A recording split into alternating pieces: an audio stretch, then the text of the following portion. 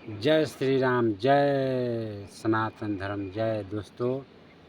हम आपको इस वीडियो से जानकारी देना चाहते हैं जो इस मनुष्य जीवन क्यों जन्म होता है, हम लोग क्यों जन्म लिए हैं। आप ये बताइए कि आप पिछले जन्म में क्या थे, पिछले जन्म में क्या थे आप, क्या नाम था, क्या आपको माता पिता था, क्या था नहीं था, और हम लोग को क्यों जन्म होता है। हम लोग को क्या माँ बाप को सेवा करने के लिए जन्म हुआ कि भगवान को पूजा करने के लिए हुआ। दोस्तों, आज मैं जयकांता आपको मैं गोर छूकर प्रणाम करता हूँ। सभी भाइयों को इस वीडियो से बता देना चाहता हूँ और कुछ अहम जानकारी, और इस वीडियो को लास्ट तक ज़रूर देखिए, लास्ट तक ज़रूर सुनिए। काहे कि मनुष्य जीवन क्यों जन्म लेता है। क्या कमा खा करके धन संपत्ति जुटा लेने के लिए जन्म लिए हैं? क्या मनुष्य जीवन भगवान की पूजा करने के लिए, या बच्चे पैदा कर करके फिर धन संपत्ति कमा कर अंत में मर जाना है। लेकिन इस पर कभी विचार किए हैं कि हम पिछले जन्म में क्या थे, पिछले जन्म में हम क्या थे, पिछले जन्म में हमारा क्या नाम था, कहाँ घर था, क्या द्वार था। इस पर कभी विचार किए हैं? नहीं किए हैं।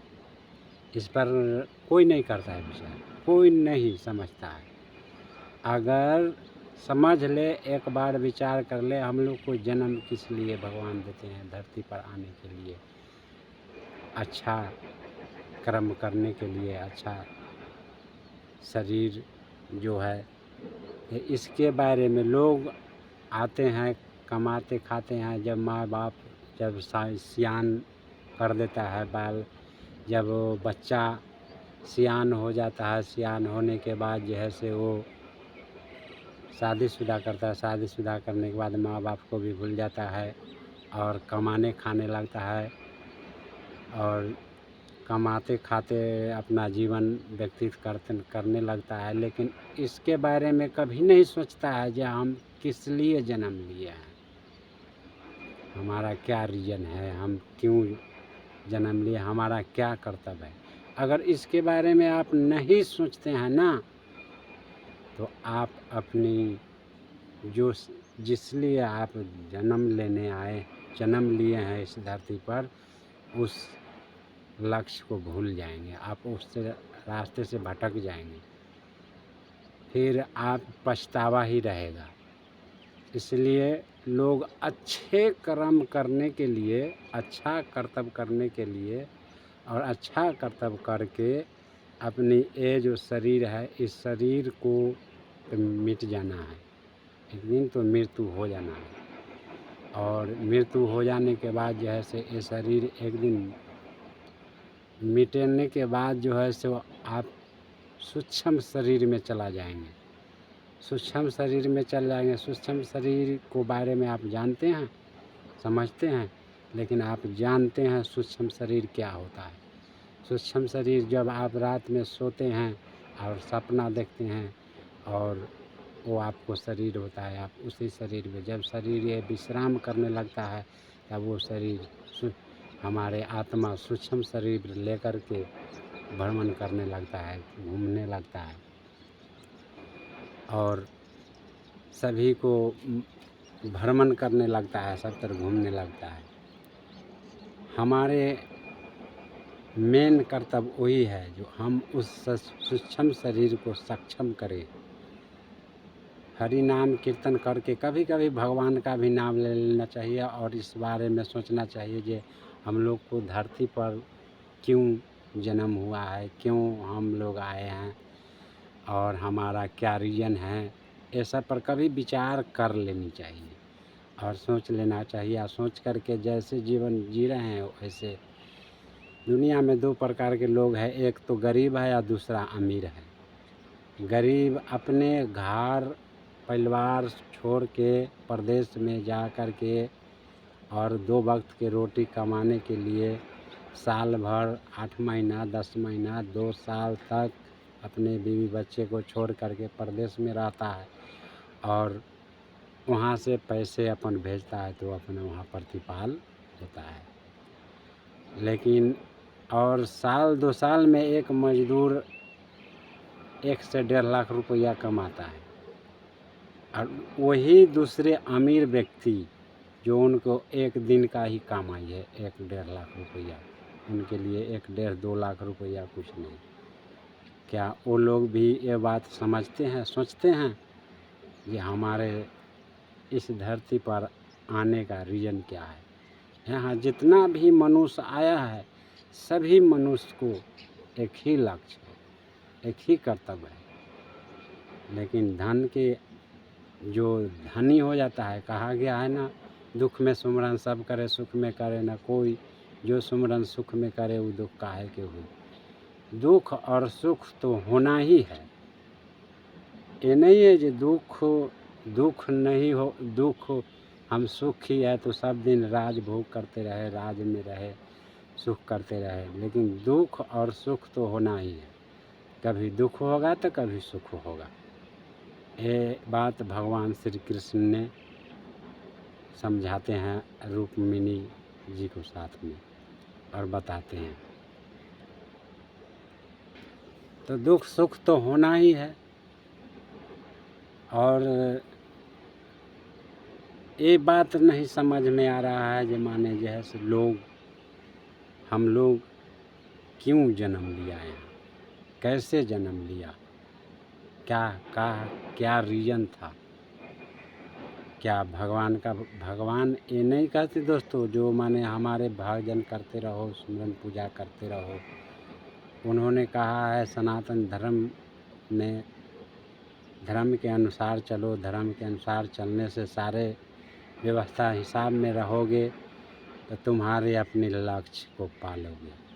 और इससे भटकोगे तो तुम्हारा कोई लक्ष्य नहीं मिलेगा, तब तुम अपने लक्ष्य से भटक जाओगे, अपने जीवन से भटक जाओगे। जिसलिए आपको जन्म हुआ है आप उस रास्ते पर नहीं चल पाएंगे।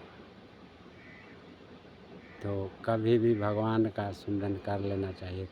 क्या आप ये विचार की है, कभी ये जानते हैं ये ब्रह्मा विष्णु महेश का भी पिता है, जो उन पिता का नाम है परम पुरुष का भी पिता है जिनका नाम है सर्व पुरुष के बाद जैसे उनका भी पिता है जो सर्वेश्वर है। सर्वेश्वर मतलब सभी का पिता है।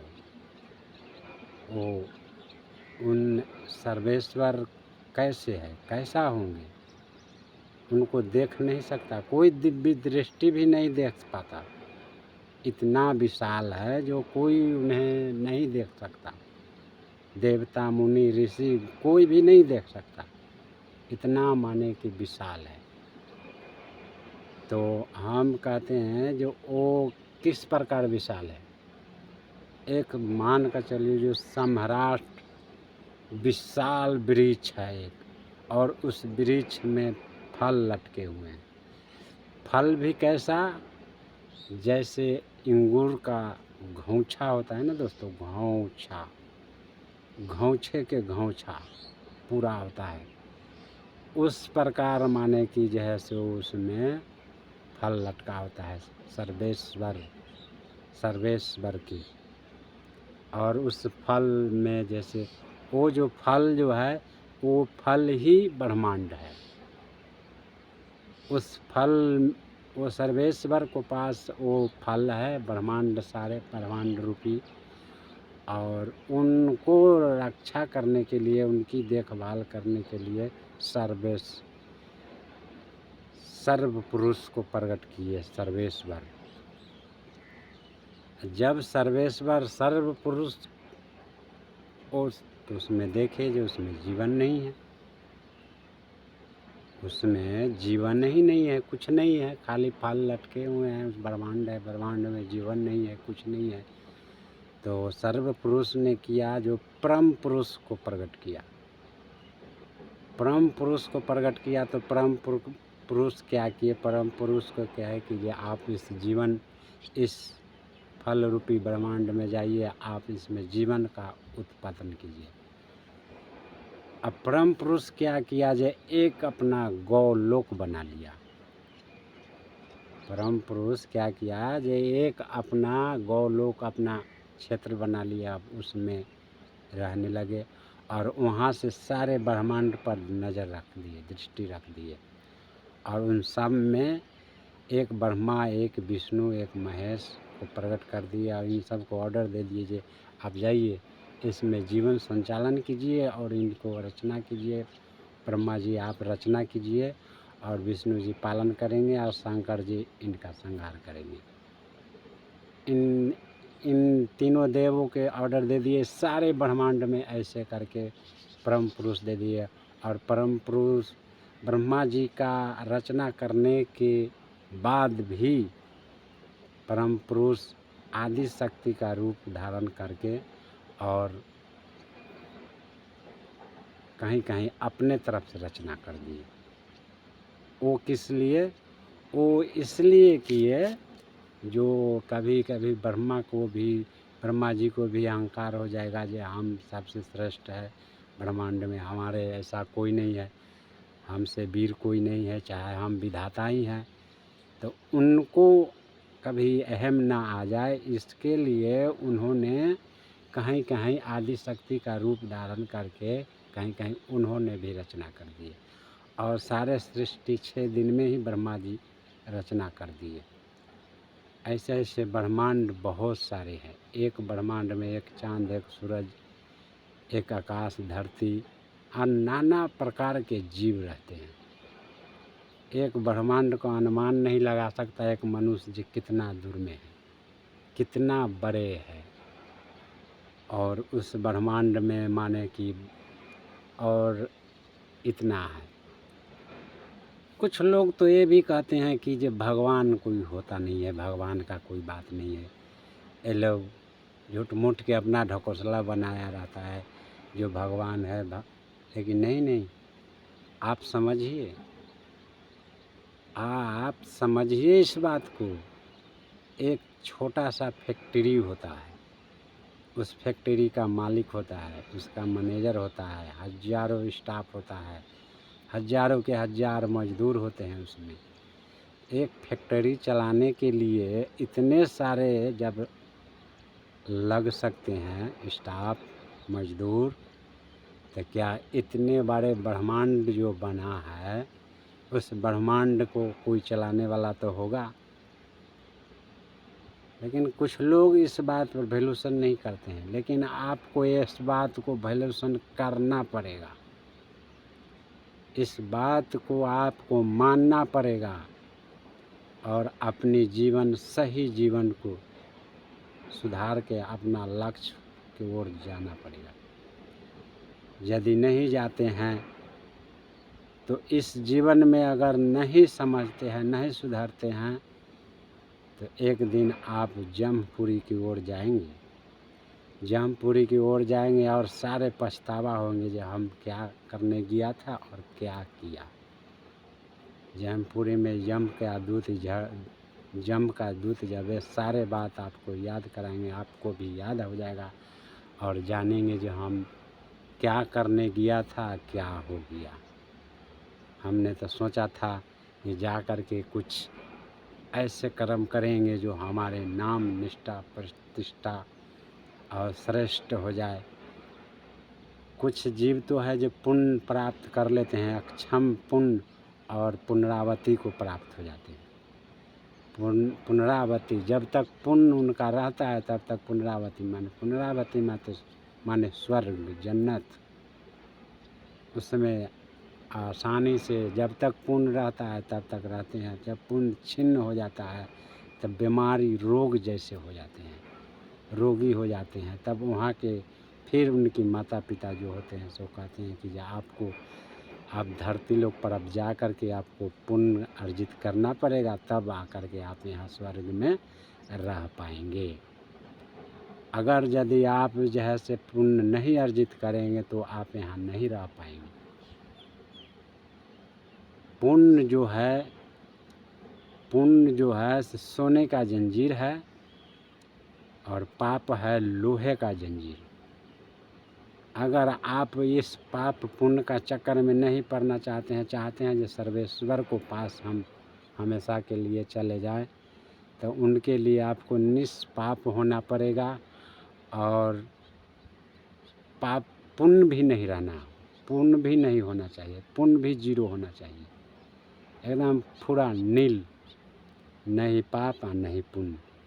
तब जा कर के आप सर्वेश्वर को पास जा सकते हैं, सर्वेश्वर आपको अपने पास रख सकते हैं। क्योंकि वहाँ जाने के लिए आप अगर पुण्य रखे हैं तो आपको मन में लालच है, अगर पाप किए हैं तो आप उसका भोग भोगना पड़ेगा, उसका फल आपको मिलेगा। आप अच्छे कर्म कर रहे हैं फिर भी, आप बुरे कर्म कर रहे हैं फिर भी आपको उसका फल मिलेगा। एक मजदूर दिन भर काम करता है और शाम में मजदूरी अपना मांगने जाता है, वो मजदूरी मालिक दे देता है। और ठीक उसी प्रकार एक जीवन का फल जो है से भगवान कहने नहीं पड़ता है, उन फल वो देते हैं।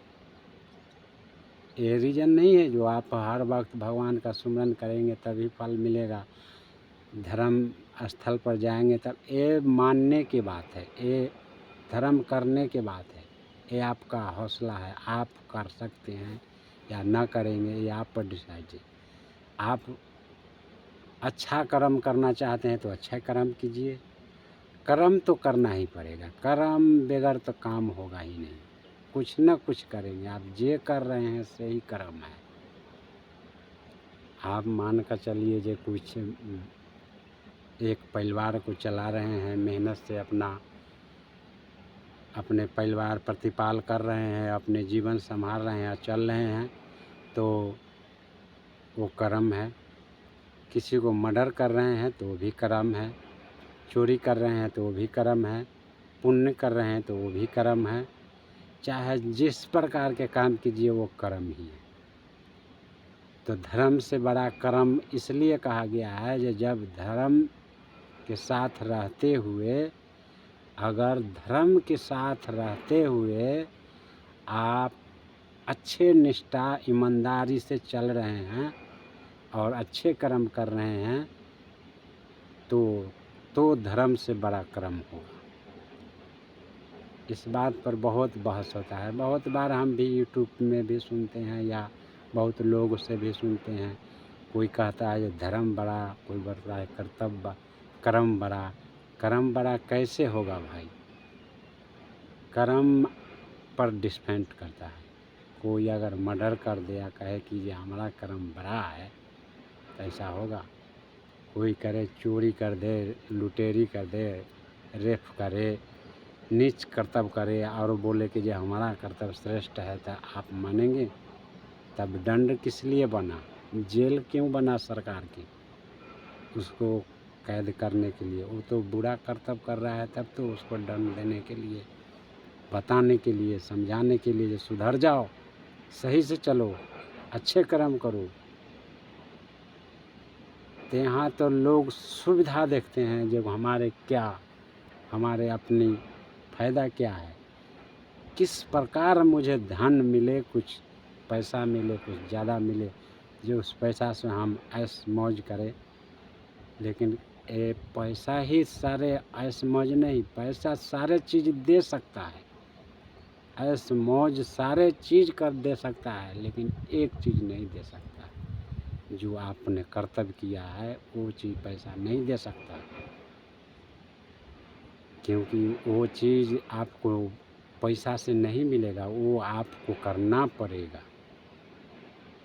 तो दोस्तों, हमारे इस वीडियो बनाने के लिए हम ये वीडियो में ये बात बोल रहे हैं, इसलिए लोग अपने आप में विचार करें और समझें। अगर सारे लोग ये बात समझने लगे, बोलने लगे, सारे लोग समझ जाए ये बात, तो समझिए इतिहास बदल जाएगा। ये मेरा रीज़न है, ये मेरा ये रीज़न है। ये वीडियो बनाने का ये रीज़न नहीं है जो किसी को धर्म का ठेस पहुंचाना, किसी को कोई बात का दिक्कत। ये वीडियो तो इसलिए बनाए हैं जो कम से कम कभी कभी भी भगवान का नाम एक बार ज़रूर याद, धर्म कर्म के भी बात, कमाते खाते हुए भी कभी भी धर्म का भी नाम आ जाना चाहिए, कर लेनी चाहिए। धोखों से भूल से भी धर्म तो धर्म ही है। और किसी भी धर्म का कोई धर्म खराब नहीं होता है। धर्म जो पुरुष लोग पहले से जो बना चुके हैं, वो कोई धर्म का लोग अत्याचारी नहीं हो सकता। अगर अत्याचारी कोई धर्म ऐसा इजाज़त दे ही नहीं सकता है कि तुम नीच कर्म करो। वो सब अच्छे कर्म करने के लिए प्रेरित करता है और अच्छे कर्म के लिए। तो दोस्तों, अगर हमारे वीडियो अच्छे लगे तो हम अगले वीडियो में फिर मिलेंगे। तब तक के लिए बाय।